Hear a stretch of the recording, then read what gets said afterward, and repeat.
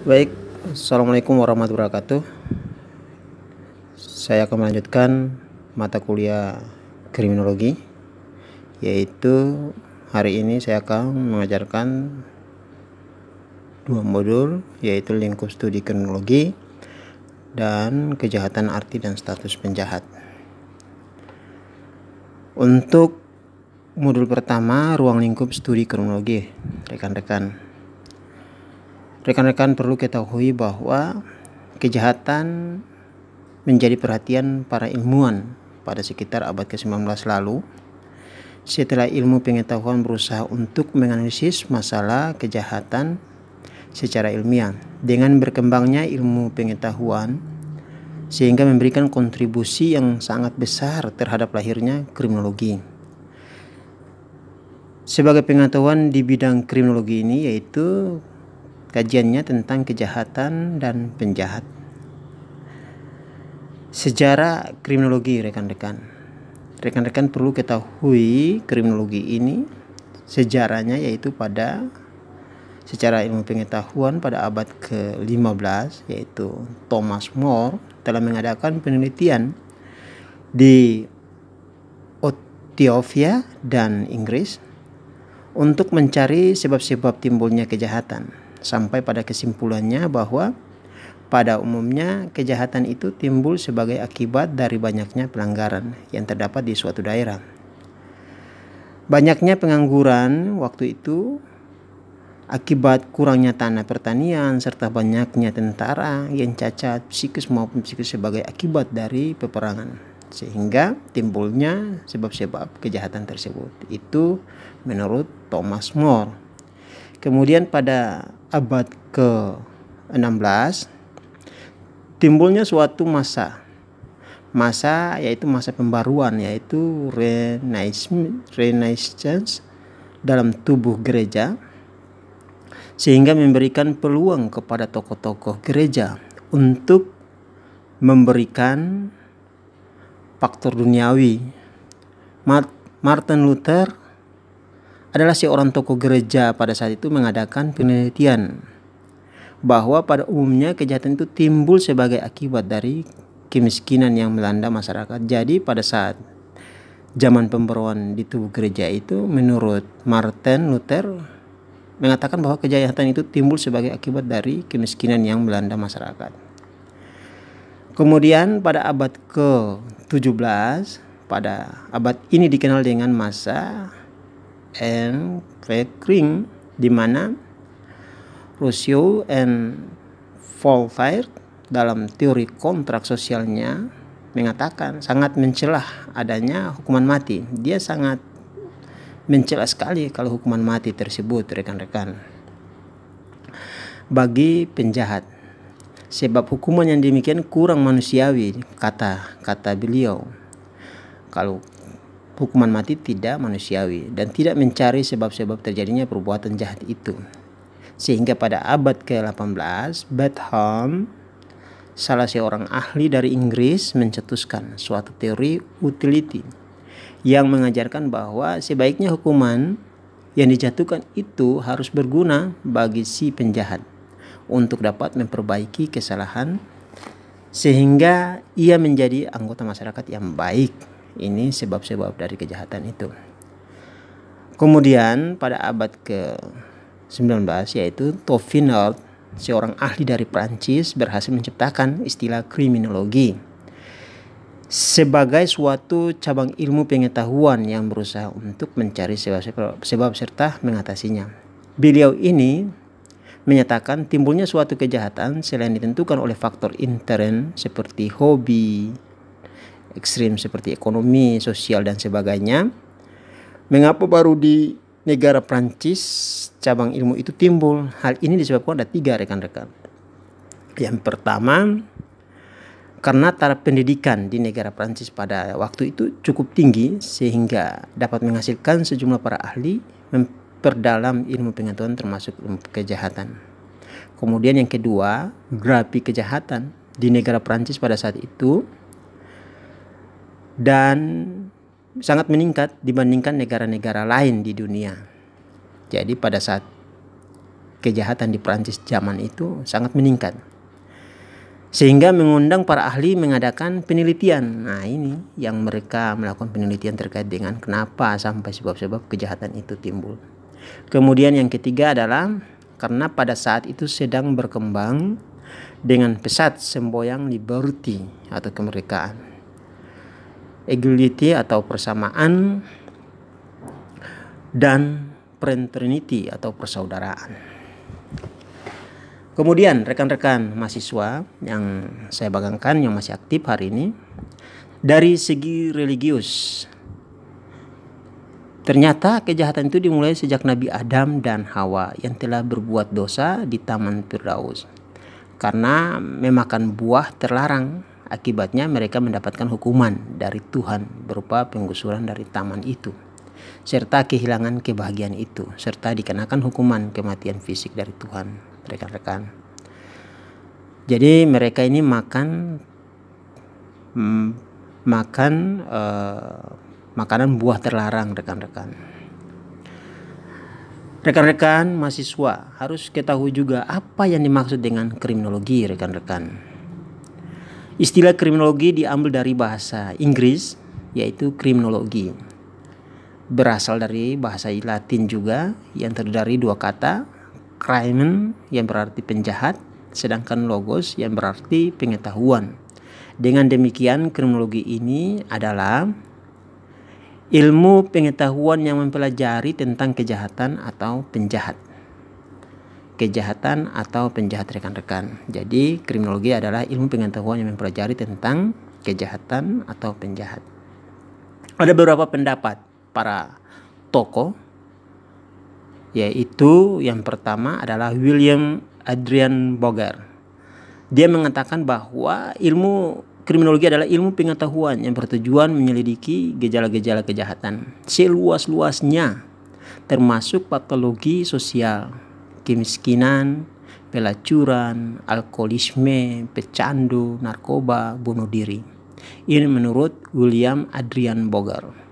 Sedangkan Sutherland, yaitu Edwin Sutherland, mengatakan kriminologi adalah ilmu pengetahuan yang mempelajari kejahatan sebagai suatu fenomena sosial, meliputi proses pembuatan undang-undang, pelanggaran undang-undang, reaksi masyarakat terhadap pelanggaran undang-undang, rekan-rekan.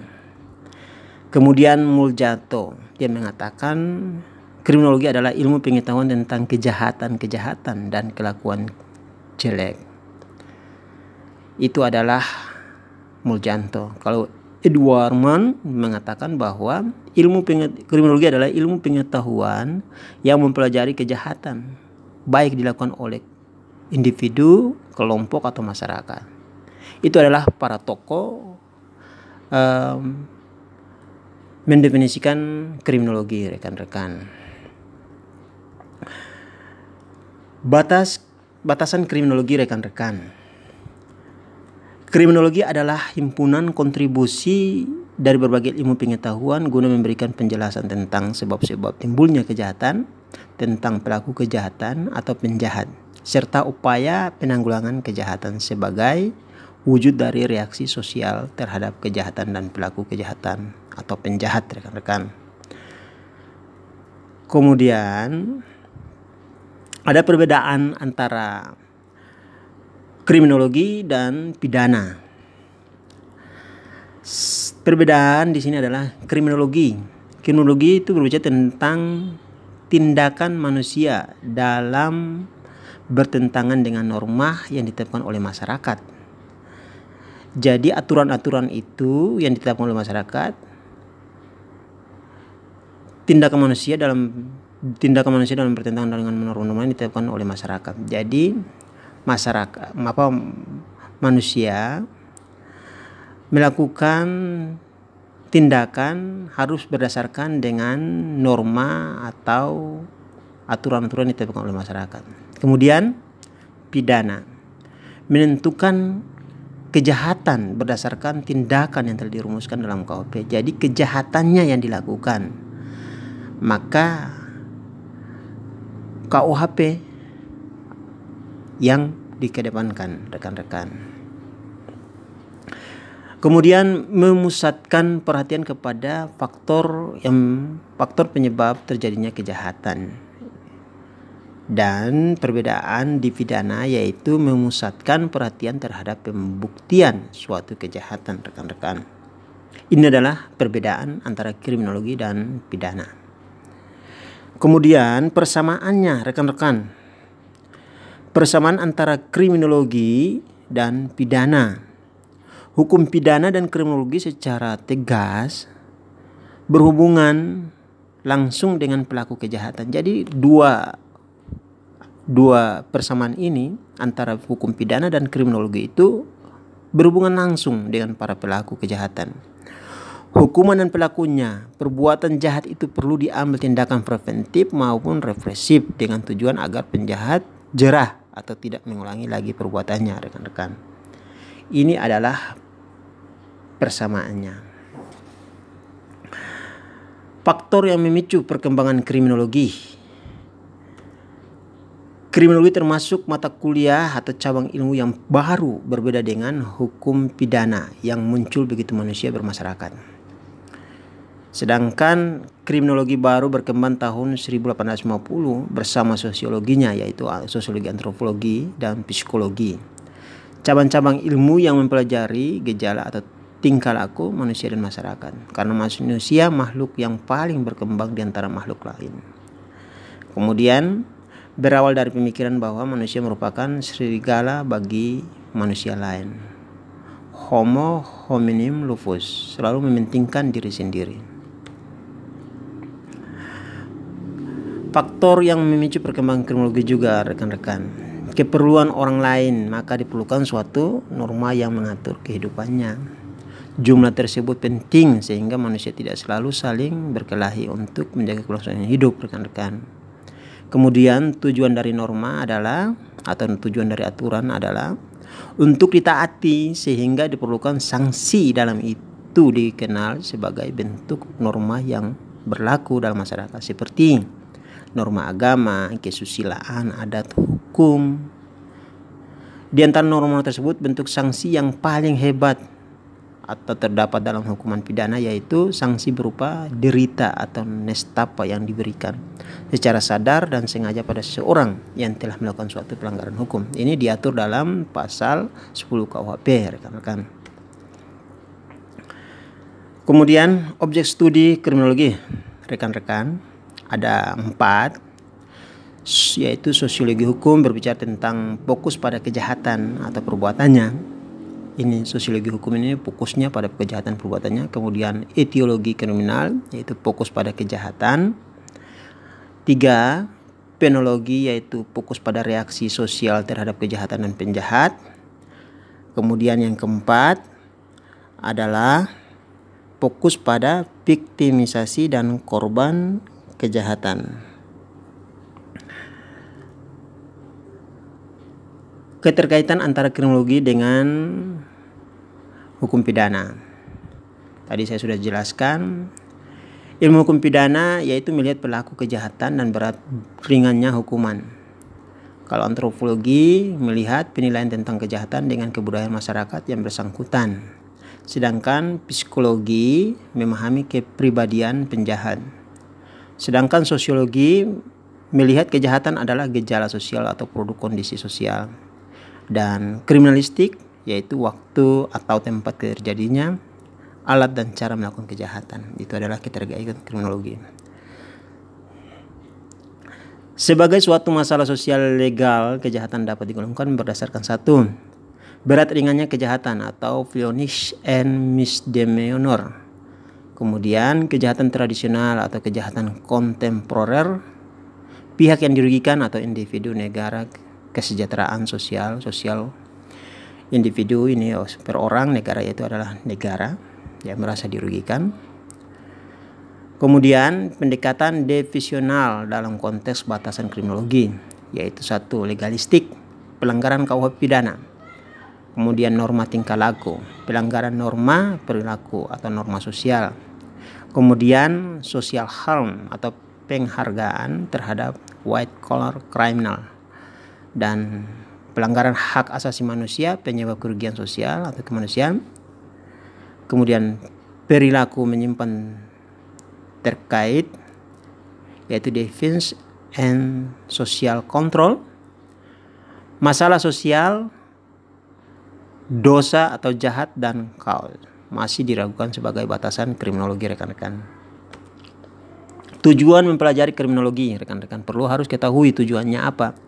Ternyata untuk memperoleh pemahaman yang lebih baik terhadap masalah kejahatan dan fenomena kejahatan serta masalah hukum pada umumnya. Ini tujuannya mempelajari kriminologi rekan-rekan. Objek studi kriminologi yaitu kejahatan. Kejahatan perbuatan yang oleh negara telah dinyatakan sebagai kejahatan. Jadi perbuatan-perbuatan yang dilakukan oleh orang, negara telah dinyatakan sebagai suatu kejahatan. Kemudian pelaku yaitu orang yang melakukan kejahatan. Jadi pelaku itu siapapun yang melakukan kejahatan, dia adalah pelaku. Kemudian 3, reaksi masyarakat. Reaksi masyarakat sini terhadap perbuatan kejahatan dan pelanggaran hukum. Arti kriminologi bagi hukum pidana rekan-rekan. Hubungan kriminologi dengan hukum pidana sangat erat, yang tadi saya sudah sampaikan juga. Persamaannya, hasil kajian kriminologi dapat disumbangkan pada hukum pidana.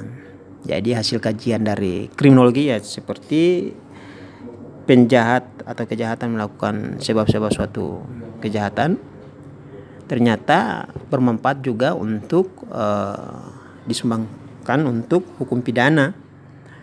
Rekan-rekan, dalam kejahatan, ternyata dalam hukum pidana pada umumnya international crimes trends ini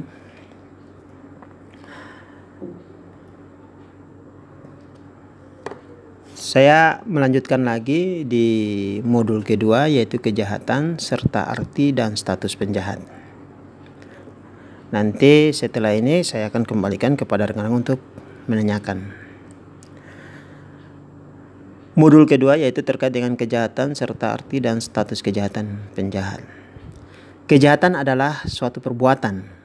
Memang sudah diakui bahwa kejahatan adalah suatu perbuatan, yaitu 1, pelanggaran hukum pidana atau undang-undang pada suatu waktu tertentu atau suatu daerah.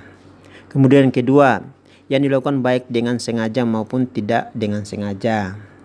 Jadi siapa yang melakukan sengaja maupun tidak sengaja, tetap itu adalah suatu perbuatan. Yang ketiga, yang merugikan masyarakat baik secara ekonomi, fisik, jiwa, dan sebagainya. Yang keempat, yang diancam dengan hukuman oleh negara. Jadi siapa yang melakukan, maka negara hadir untuk memberikan hukuman kepada mereka. Perilaku bukan jahat adalah 1, menimbulkan kerugian. Kedua, tindakan yang tidak dilarang undang-undang. Ketiga, tidak memiliki motif jahat. 4, ada hubungan kesatuan antara mens rea dengan conduct. Yang kelima, tidak ada hubungan sebab akibat antara kerugian dengan misconduct. Dan yang terakhir ada tidak ada kerugian yang ditetapkan oleh undang-undang. Ini adalah perilaku bukan jahat. Kejahatan dilihat dari kacamata sosial rekan-rekan. Menurut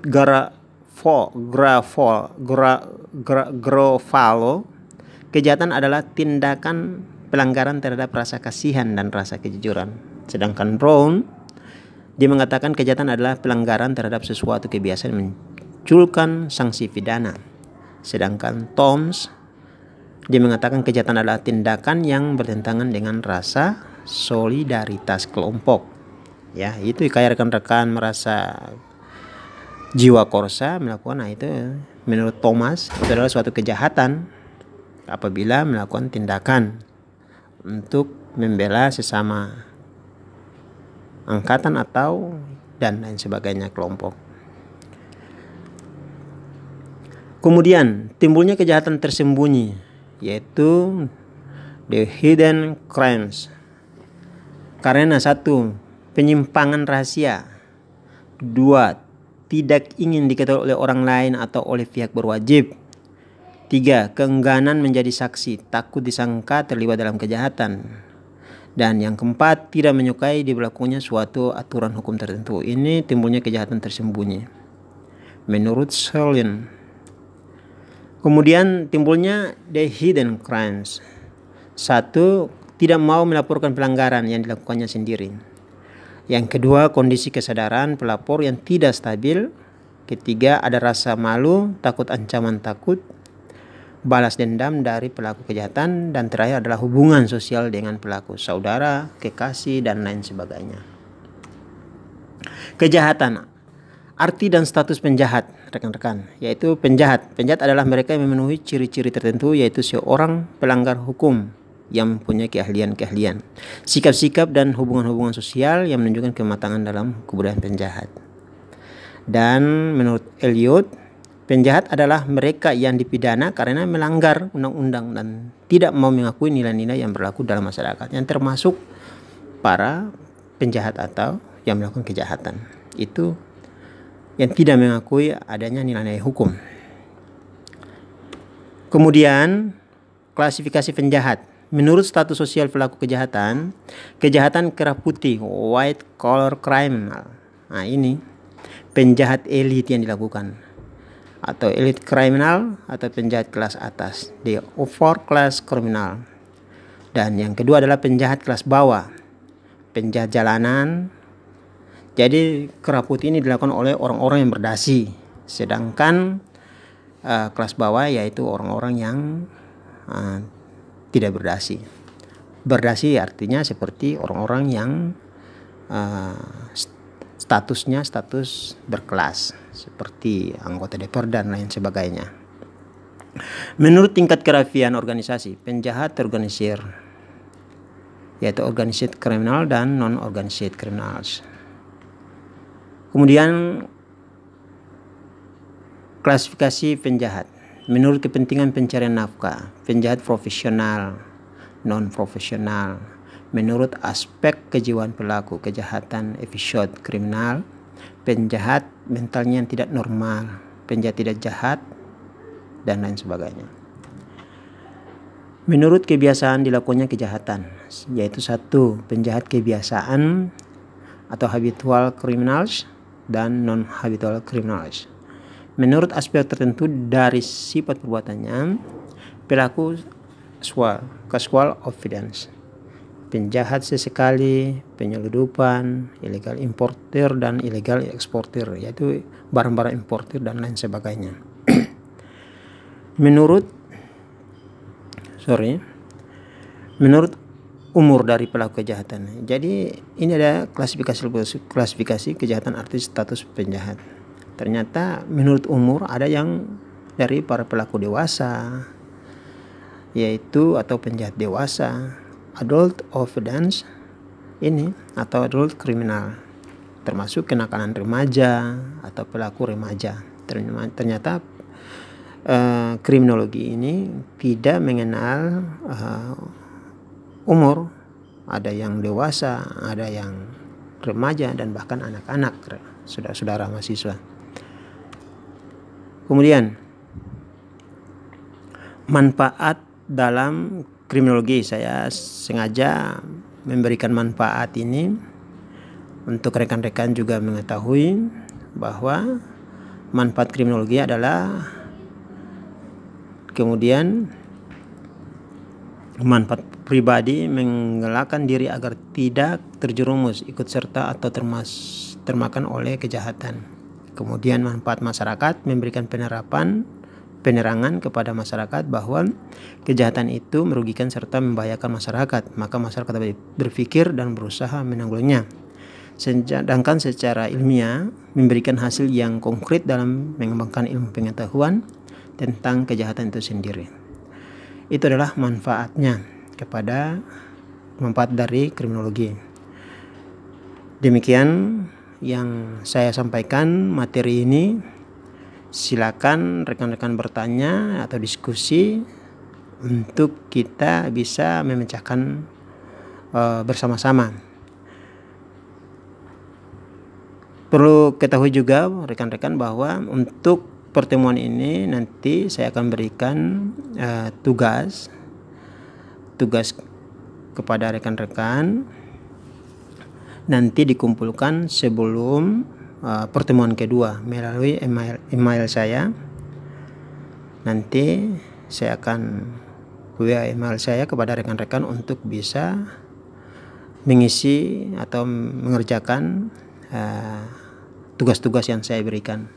Dengan catatan tugas-tugas itu nanti dengan tulisan tangan, tidak boleh diketik menggunakan komputer, laptop, dan lain sebagainya. Setelah menulis, kemudian rekan-rekan untuk difotokan melalui dengan PDF dan dikirim ke email. Terima kasih rekan-rekan. Apabila ada yang ditanyakan, dipersilakan. Terima kasih.